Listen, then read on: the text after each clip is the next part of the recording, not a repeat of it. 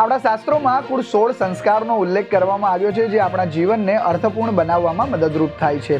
પરંતુ Ahmedabad traffic police દ્વારા 17મા સંસ્કાર એટલે કે હેલ્મેટ સંસ્કારનો વિચાર અમલમાં મૂકવામાં આવ્યો છે.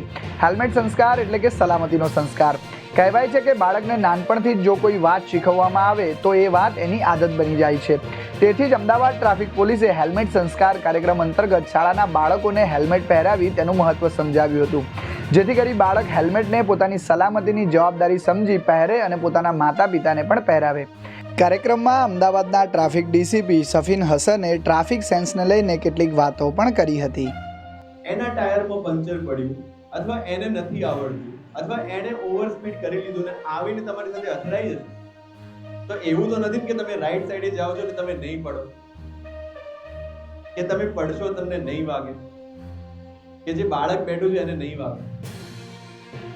એવી કોઈ ગેરંટી લઈને આવ્યા હોય તો કોમન.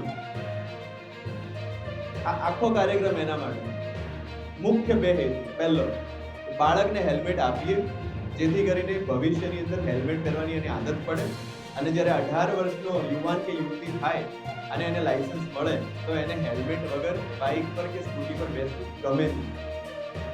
અને બીજું કારણ જે વધારે અગત્યનું કે બાળકને હેલ્મેટ પહેરાવવા માટે મા બાપ પણ હેલ્મેટ પહેરતા થશે. Yes or no?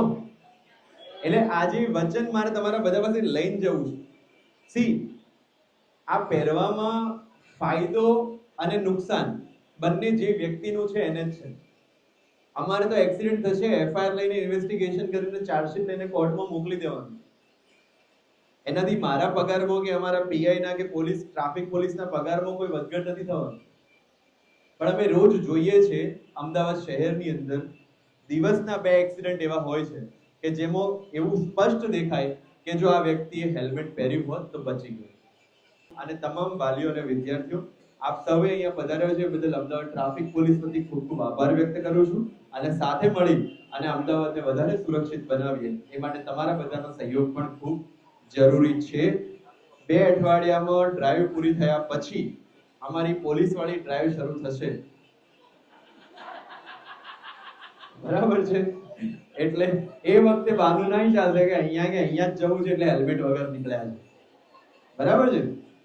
Thank you so much. Once again જય હિન્દ, જય ભારત.